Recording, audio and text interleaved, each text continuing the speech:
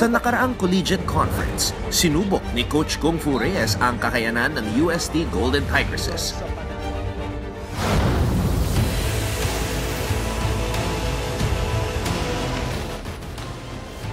Ngayon, nagbabalik ang koponan mula Espanya para humarap sa hamon ng Reinforced Conference dito sa Shakey's V-League. Yun naman yung namin, ang intention namin is to join and to gain the experience para doon sa mga bata na nasa Team B. Ganun talaga eh, hindi naman lagi na kumpleto yung tao.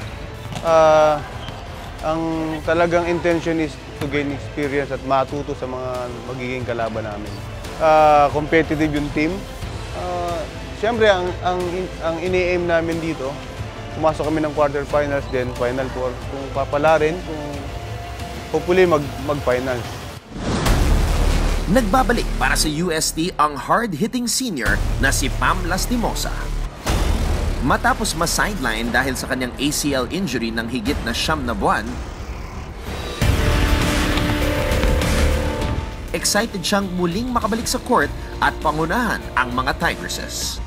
Nung una, syempre parang sayang kasi last season ko na, pagkakataon ko na, di ba? Pero nung nangyari na, wala ka naman magagawa. Stay positive na lang and yun lang yung ginawa ko. Parang nag-work hard lang ako para ma-redeem ko yung self na sa upcoming season. First, as a leader, dapat maging leader ka and mag-set ka na example. And syempre, nag-uusap-usap din na as a team na kaya namin kahit sinong kakalabanin namin. And nag-help lang kami with each other. Inaasahan ding tutulong sa mas pinalakas na opensa ng UST sila Cherry Androndina at EJ Laure. Focus kami sa depensa, service, at saka sa spiking. So yun yung preparation namin. Siyempre, sa amin naman, siyempre lalaruin lang namin kasi diba siyempre ngayon buo na kami.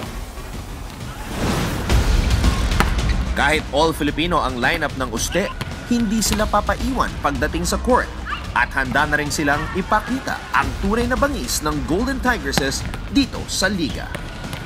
For this coming reinforced, intention talaga namin na all-Filipino para halos lahat ng experience at learning para sa mga magiging kalaban namin, kami magiging na mas marami. Yeah, it's also a challenge for us kasi yun nga, first time na hindi nakapasok yung UST sa Final Four and kailangan namin i-redeem yung self namin and yung team.